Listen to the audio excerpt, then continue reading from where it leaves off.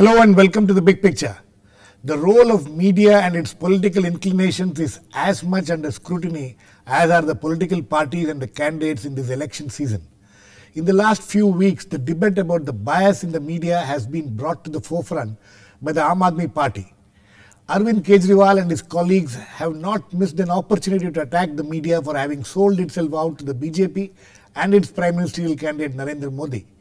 Yesterday in Nagpur, he repeated the charge and even said that if their government comes to power, they will set up an inquiry and send people to jail, including the media people if found guilty. Kejriwal's colleagues today, while defending him, have named certain TV channels and charged them of having received huge amounts to promote Modi and BJP. Is this attack on media and the charge that it has been sold out a valid charge, or is the media only reflecting the mood of the nation?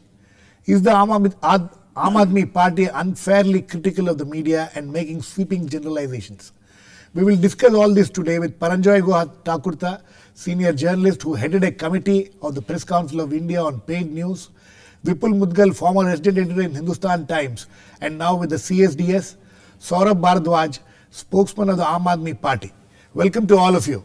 Saurabh, I would like to come to you first. Your leader has been making waves, regularly attacking the media.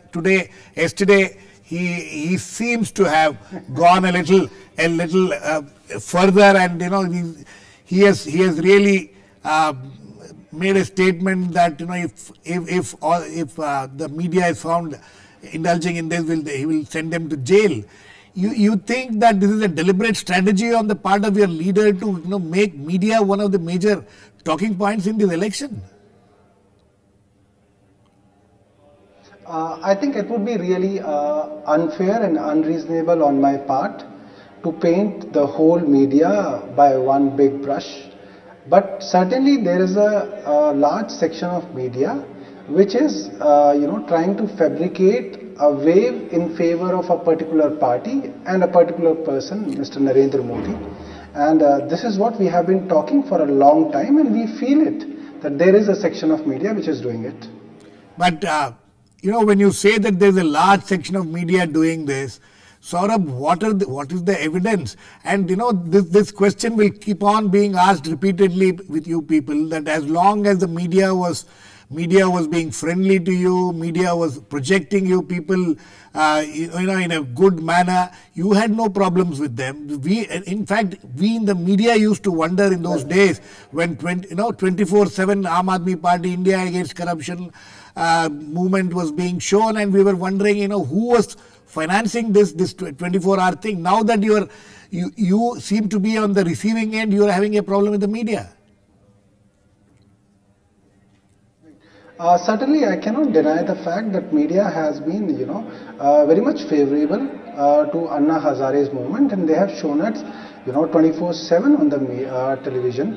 However, I must tell you that it was only after, we started targeting the big industrial houses, especially Ambani brothers, that there has been a pressure on some media houses, or there has been some funding. I don't know what is happening, but yes, we have heard from a lot of people that there is a lot of pressure to show Arvind Kejriwal and his party in a bad taste. So you only heard and you don't have any evidence to say that.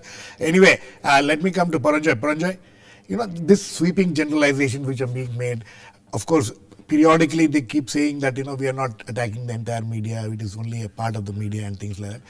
Do you think that they have any, reason to feel the way they are feeling? If you want to generalize about the media, you should not. Firstly, there is a section of the media which is indeed corrupt. There's no doubt about it. But if you look at the media as a whole, it's a vast and a diverse media, all right? The Registrar of Newspapers of India has registered over 80,000 publications.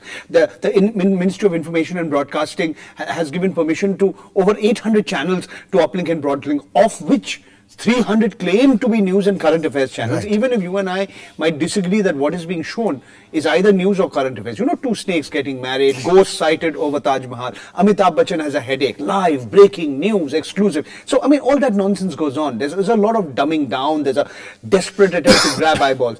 Having said that, There is no doubt about the fact, the media, after all, is part of society. And if our society or sections of our society is corrupt, then of course that corruption exists in the media. But the more important point to note is that corruption in the media goes beyond individual corruption. You can bribe a journalist, give him a bottle of whiskey, and he'll write nice things about you. That's a whole story. In 1930, Humbert Wolff, writing about London, the city of London, the uncelestial city, called it. You can never hope to bribe or twist.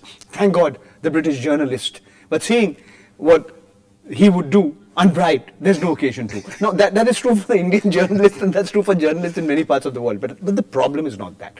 The problem is that corruption in the media has got institutionalized. Especially in the run-up to the elections, paid news is rampant. Now, you are masquerading advertising as news, but the entire operation is clandestine. Money is exchanging hands under the table because the bribe giver and the bribe taker are cahoots. There are no checks written out. There are no receipts to indicate that somebody has paid X amount. Now, this is not just fooling your reader, duping your viewer into believing that what is being given as objective, unbiased news is actually advertisement. You're also violating the election rules, the Representation of the People Act. And if you're the recipient of illegal money, you're violating the Income Tax Act. If you're a corporate entity, you're violating the Companies Act. Now, this has been going on for quite some time, but there's greater awareness today that these kind of corrupt practices have existed and continue to exist. So what you're trying to say is that Arvind Kejriwal or Aam Aadmi Party or anybody who is having doubts about the credibility of the media when it's covering these elections, especially we're talking about the election season, so they have a point. Of course they have a point. Whether Channel A has received money or Channel B has received money, whether all journalists are corrupt? No, I don't think so. There are honest journalists, there are sincerely journalists, and I think Mr. Kejriwal's supporters are taking a far softer position than what he is alleged to have said in Nagpur. But the point is, there is the media and there is the media. There is a corrupt media, there is a corrupt corporate media, and there are honest, sincere, hardworking journalists. You headed a committee on paid news, which the Press Council of India had set up. You had come out with a very elaborate report on that. So after that, has there been any improvement in the situation? There's greater awareness. From the time that report was submitted, which was really in 2010, and it became an official document in 2011, and there's a long story behind that. Yes. If you want me to, I could tell you that. We know that story. You know that story. But the point is, since then, the Election Commission of India has issued hundreds and hundreds of show cause notices in various elections, the state assembly elections that have taken place. Now, as Sainath of the Hindu and many others have pointed out, the point is, even you have instances where the candidates standing for elections have acknowledged that they paid money to have favorable articles written about them in newspapers or broadcast on television channels, or even had articles criticizing their political opponents or against their political opponents after payment of a fee. But the concerned media organizations have denied it. So this is there's no evidence. There's no way in which you can precisely. So this entire activity is clandestine. It's surreptitious. A parliamentary committee has gone into it, and this is the real problem, because it's not so easy to catch these guys. So you need, it's not just the Election Commission, you need the police department, you need the income tax department, you need people who conduct search and seizure raids. So it's, we know this practice is rampant. There's a huge amount of circumstantial evidence which is available in that report of the Press Council of India, of which I was a member of a 2-member subcommittee. There's dozens and dozens of examples, and they're the biggest newspapers in this country. Absolutely. And there's Dainik Jagran, there's Dainik Bhaskar, there's Punjab Kesari, there's Enadu, there's the Times of India. All these examples, the Hindustan, they're given examples. And all the representatives of all these newspapers were given an opportunity to rebut, to give their version. Some of them did, some of them chose not to. But the point is, this practice has been rampant. I'll give you a very funny example. Very quickly, let me go, before I go to Vipul. Gujarat Samachar. Yes. Amazing. Same edition, same day. Two candidates are competing against each other, and the report says both are expected to win with a huge margin. Absolutely. On the same page. In fact, I was covering that election in Gujarat, and I brought that copy of I have a copy of the newspaper actually.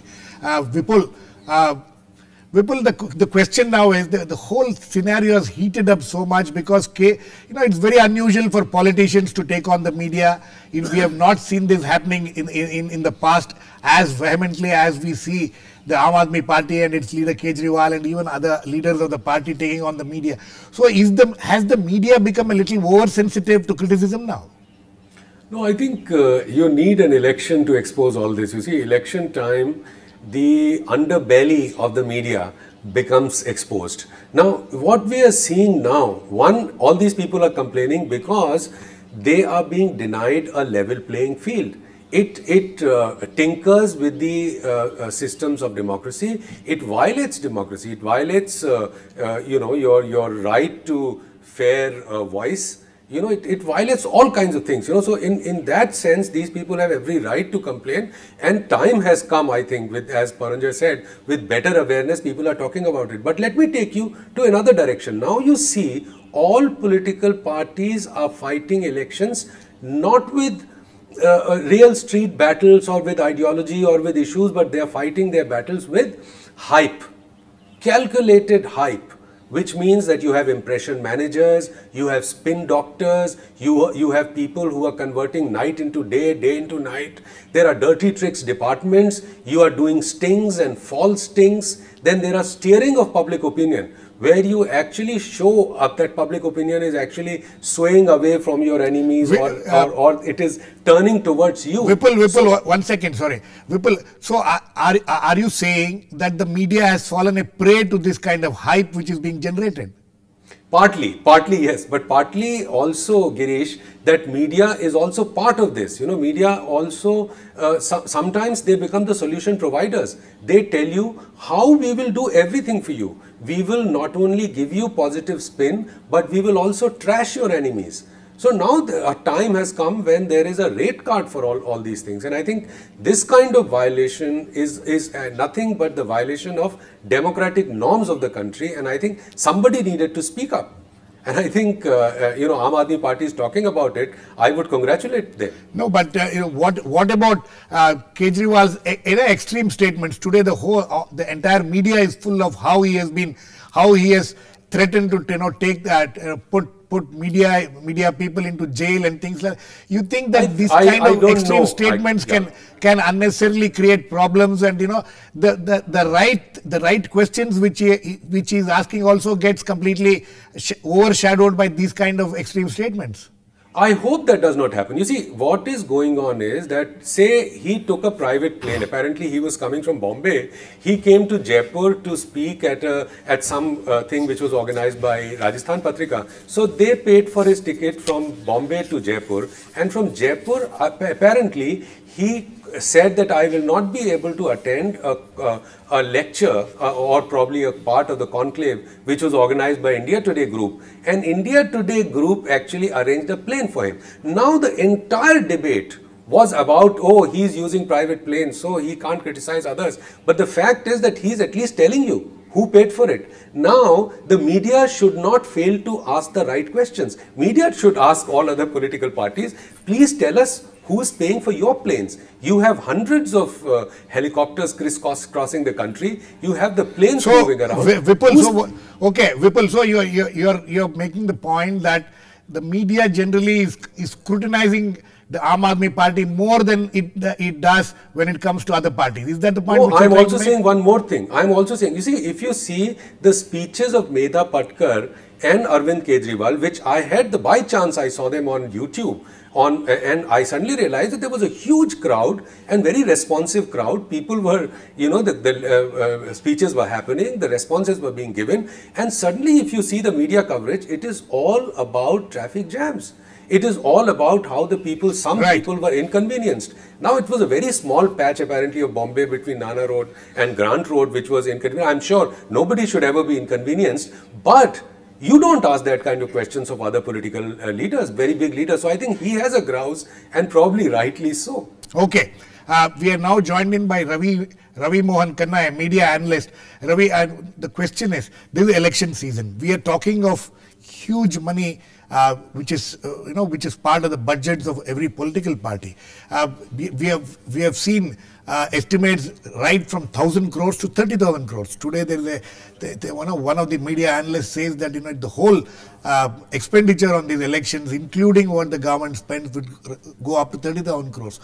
What is the media? What would you estimate is the media expenditure, or what the media would get during these elections from the political parties as far as their campaigns are concerned? Yeah, I think this is going to be the most expensive elections in India so far. I covered last 5 or 6 elections for Voice of America when I was the bureau chief there. I just came last year, and I think this is an amazing, most interesting election. There's a totally new concept of Kejriwal and the Aam Aadmi Party, and the expenses, although the Election Commission always says that there should be a limit and this and that, but I think the white money is already 1,000 crores. I don't know how much black money is going to be spent on it. How much money has already been spent on the campaign. I understand which one of the parties is giving a lot of money to different channels to get the favorable reports. So I think this is going to be, reminds me of $5 billion are spent in American elections, and this is going to surpass that. It's going to surpass that.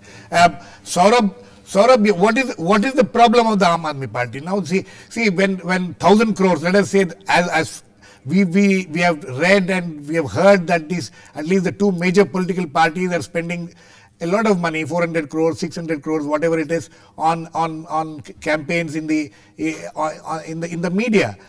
These are all. This is open, but as Ravi Mohan Khanna says that there must be a lot of other money which is being, or even Paranjoy was talking about. But as far as the Aam Aadmi Party is concerned, you people have been getting free publicity. Yes, we have been, lucky to get a free publicity, and I'm thankful to all our friends in media that they have been granting us that.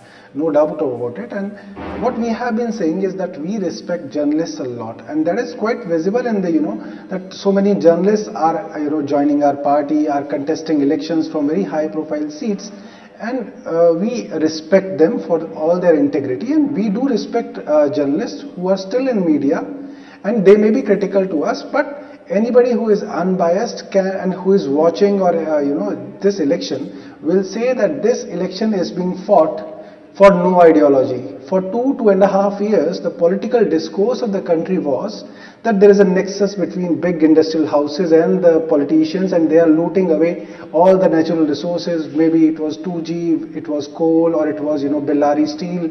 But now the whole political discourse is around hype. Like I think somebody from Hindustan Times said, it's all about hype. Nobody wants to talk about the real issues for which we are contesting elections. There is just a fake hype which is being built for a particular man called Narendra Modi, and nobody is ready to challenge it. Okay, Paranjoy, we're talking of this huge money in the election campaign. Tell me, in your own experience, when such huge money, because there are also reports, and we know about it also, that every television channel especially, and media house or print media house or whatever, waits for an election, because that is the time when they make a lot of money out of it. So when such huge budgets, part of that legitimate, and some of it illegitimate. Part of it. Let's talk only about the legitimate thing. Let us keep the illegitimate thing aside, because we don't know how much is involved. It's only in the real. Your guess could be as good speculation. Yes. So even the the real money, which is the white money, which is all being given, at some point of time, don't you think the media houses also will feel obligated when such huge money is being distributed in ad campaigns in their channels or newspapers? Girish, this is nothing new. That much of the media, not only in India, across the world, is dependent on advertising revenue for the bulk of their income is common knowledge. It's happening across the world. Now, what we're also seeing, what's new? What is new is that across the world there's been a recession. In countries like India, there's been a major economic slowdown. This has resulted in corporate bodies and those who advertise reducing or curtailing their expenditure on marketing services. This has also coincided with a period where the internet has boomed, and people have got spoiled for free information, even if they're not always, that information is not always credible. All of this has impacted the economics of traditional media organizations. Their financial oxygen is getting squeezed. This has obviously made them that much more, they become that much more, they desperately need money from wherever it's coming from. So the government typically tends to advertise in the run-up to the election. The government says good things about all the things it's done over the last 10 years, and political parties spend. Some of it legitimately, some of it under the table in a clandestine manner. So the point is, yes, to say that he who pays the piper calls the tune is a no-brainer. Exactly. So it's hardly a surprise that this is happening. And on top of that, today what you find is that some of the biggest industrialists in this country, some of the richest men in this country, they are themselves owners or financiers, or have invested hugely in media organizations. I mean, whether it be Mr. Mukesh Ambani, Mr. Kumar Mangal Birla, Mr. Abhay Oswal, and not only industrialists, there are individuals who are affiliated with political parties. They have distinct political affiliation who have heavily invested in the media. So all of this makes, the good thing is that people are not fools. That's the good thing. You can't fool all the people all the time. You can fool all the people some of the time, some of the people all the time, but not all the people all the time. And I'll give you an example. The DMK used to distribute goodies, including color televisions. Right. But many of the people who took those color television ended up watching Jaya TV on it. So that's the good part of the story. Vipul, one of the arguments today also we have a reaction to Kejriwal's statement from the Broadcasters Editors Association, saying that the television channels are being fair, they're only reflecting the popular mood, and this kind of criticism is not done. Would you agree with that? That there is if we are not going to generalize, there is certain evidence of a popular mood being reflected on in the media? No, I think media, in all fairness, Indian media has had a very glorious past. And it is not a sold out media in that sense. It is only that its present is very dismal. And there is a decline of quality journalism, which is right in front of us. And as Paranjoy said, there is also increased awareness about these things. So, I mean, these people, any association of, be that Editors Guild or the Broadcasters Association of India, etc., they cannot defend the indefensible, and that is, there is paid news happening in this country. The media is willingly obfuscating the real issues. You see, if you say what is the mood of the country, I think there is a mood of the country for change. There is an anti-corruption move in the country. I mean, at times you can't put your finger on what is the reason for this corruption, but you know that this corruption is symptomatic of what is wrong in the country. Sometimes it is about policy, sometimes it is about bribes, sometimes it is about structural flaws in the system. So, the mood of the country today is for change, mood is of anger. So I think media should be reflecting that, and also media should be asking the right questions about this money. As Ravi said, so much money is coming. Nobody is asking who's paying for your helicopters. Sir, you are spending 6,000 crores. Please tell us, where is this money coming from? I think these are legitimate questions. No, right. But if you're saying that there is that the media is reflecting the popular mood against the popular mood, the anger against corruption and things like that, do you think the Aam Aadmi Party is overreacting when it is accusing the media of not being fair to them?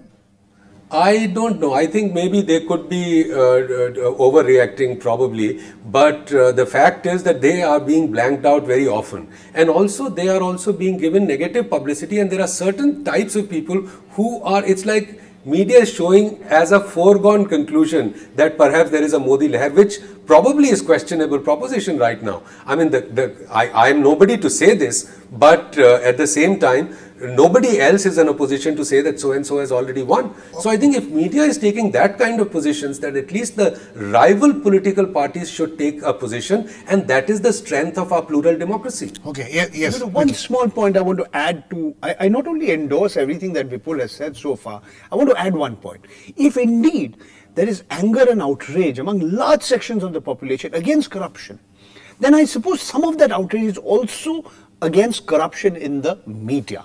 What the representative of the Aam Aadmi Party said, we've talked about the nexus between business and politics. But as the Radia conversations have revealed, the media is also a part of this nexus. Right. And a section of the media or a section of the bureaucracy is part of the nexus. So if you want to weaken this nexus, this criminal nexus between sections of business, sections of politics, sections of criminals, then we also have to take a position against corruption within the media, especially the institutionalized forms of corruption. Right. Ravi, Mohan, the issue is, we are seeing a whole lot of opinion polls going around, and we have had this sting operation in which some of the opinion poll agencies have been exposed also.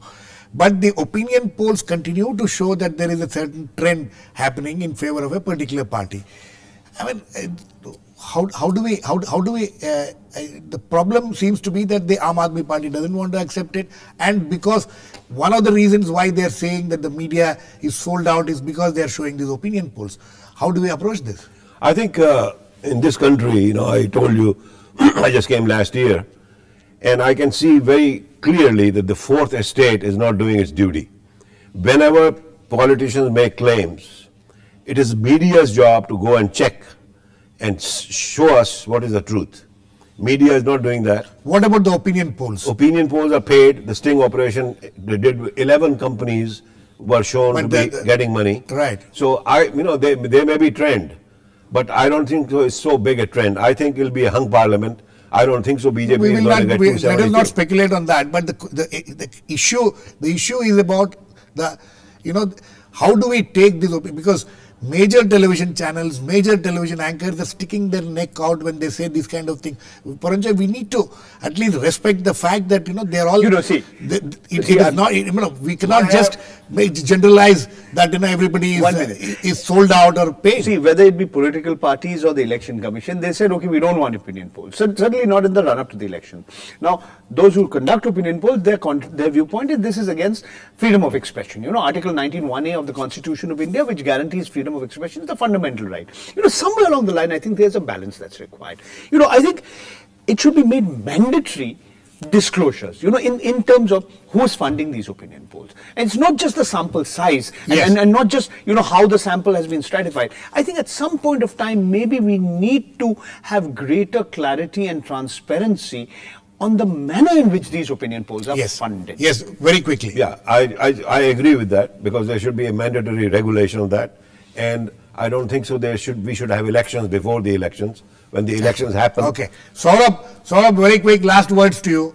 Do you think that this attack on the media which you people are indulging in, is it electorally, do you think that it is going to be electorally beneficial to you, and that is why you are indulging in this? No, going by the fact, if we are accusing media, I am sure there will be a lot of section of media will not take it in negative reactions against us. They may black out our party for some time, and we are ready to face it, but we cannot compromise on our basic principles. Okay. The truth is that there is a large section of media that is biased. Okay. Vipul, very quickly. I think I see a lot of dirty tricks going around, Girish. You can also see, there's a carpet bombing on the social media. You utter a word against a certain gentleman and suddenly everybody attacks you. I'm not saying other parties, all parties are doing it. I'm sure Congress is also doing it. But the way you hire people just to do flack, attack. Okay. I think on the social media, this is almost like hijacking of a whole medium. Okay, I think on that note, we need to end. Is the media sold out? No, certainly none of my panelists say that, it is we can say that in terms of, a sweeping generalization, but there are serious concerns about how the media is functioning. Though we will wait and see whether what they are saying really reflects the nation's mood. We'll have to wait till the elections are over. But as far as issues are concerned, these issues are concerned, that we need to be more careful about the way the media has been behaving. So that is something which the Aam Aadmi Party may be having a point there when it expresses concerns about the media. Thanks to all my guests, Saurabh, Vipul, Mudgal, Ravi, Mohan, Khanna, and Paranjoy, Guha, Thakurta. Please keep watching. We'll come back with another issue on the big picture same time on Monday. Meanwhile, have a great Holi.